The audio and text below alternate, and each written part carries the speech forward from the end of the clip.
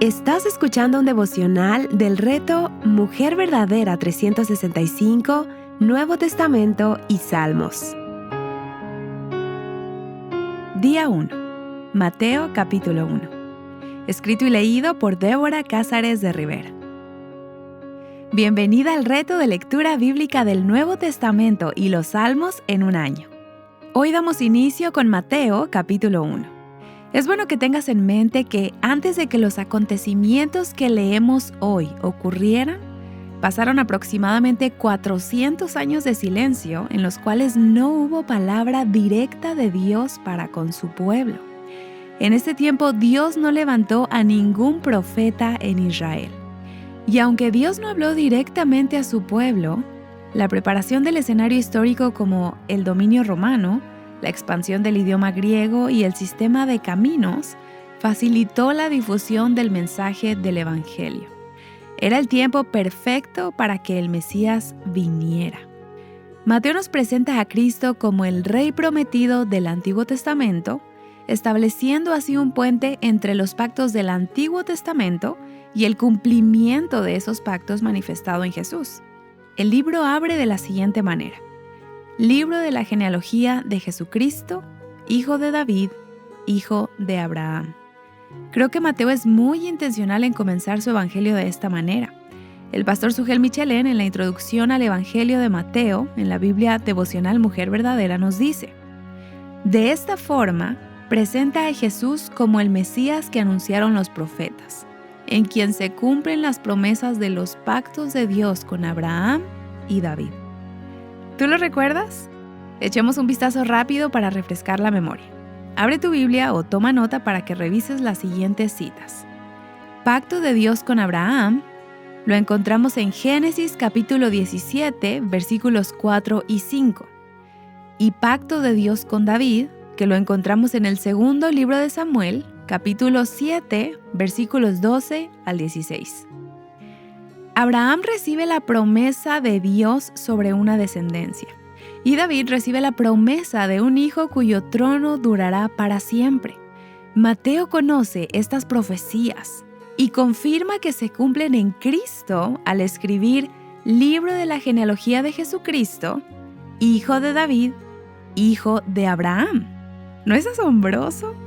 Estos pactos de Dios con Abraham y David también nos apuntan a que el Mesías ciertamente traería bendición a todas las naciones y que su reino sería eterno.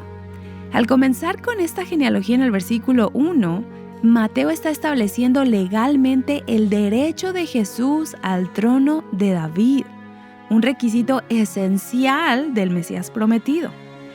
Después, mientras continuamos leyendo Mateo, en los versículos 2 al 17, encontramos la genealogía de Jesús. Me resulta de mucho ánimo leer los nombres de 4 mujeres que se mencionan en esta genealogía y recordar el contexto en el que vivían. Primero tenemos a Tamar, que era nuera de Judá. Ella le dio 2 hijos a su suegro, Fares y Zara.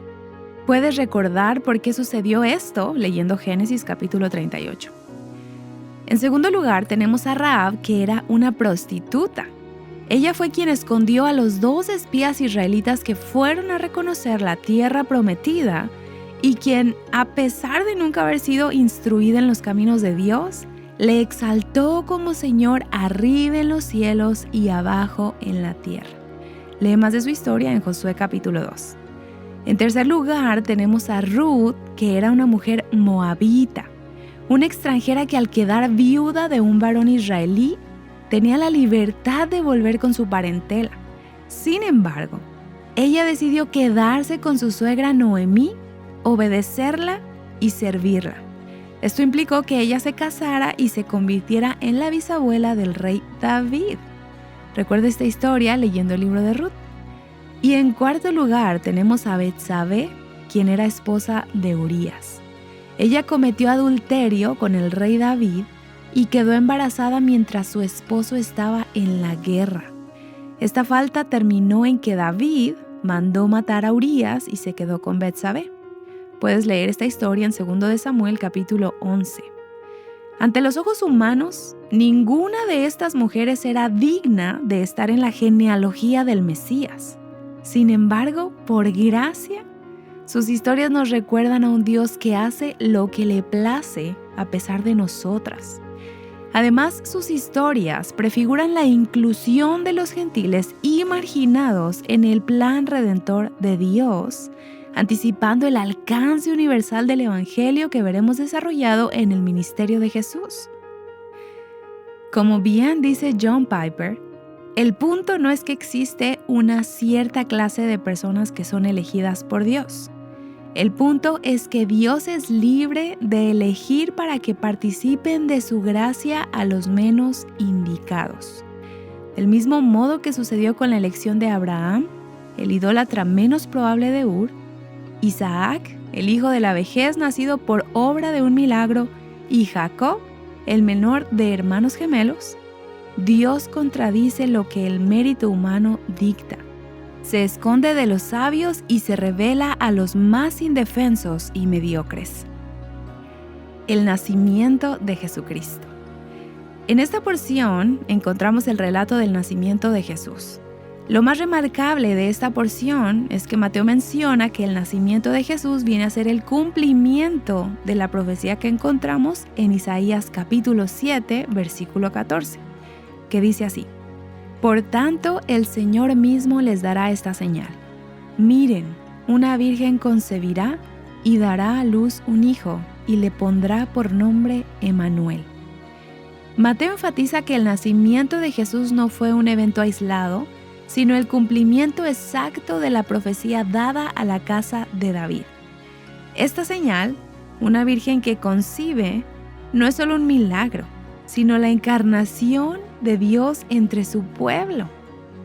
Me encanta la intencionalidad de Mateo en citar la palabra misma y lo dicho por los profetas. No deja espacio a la duda, afirmando que Jesús es ese niño concebido por una virgen cuyo nombre es Emmanuel. Emmanuel, como leemos en Mateo capítulo 1, versículo 23, literalmente significa Dios con nosotros. Este nombre solo aparece una vez en el Nuevo Testamento y en 2 pasajes del Antiguo Testamento.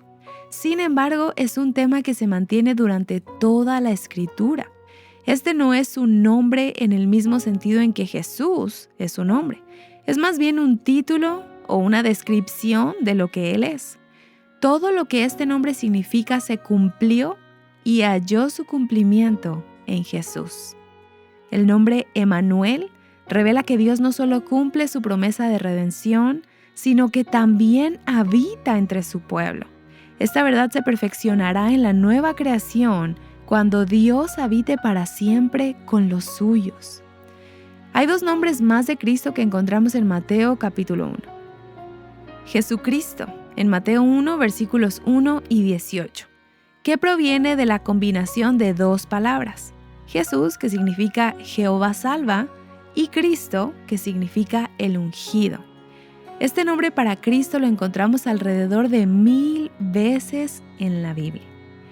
Y también tenemos Jesús en Mateo capítulo 1, versículos 16, 21 y 25, que es el equivalente griego al nombre del Antiguo Testamento en hebreo, Josué.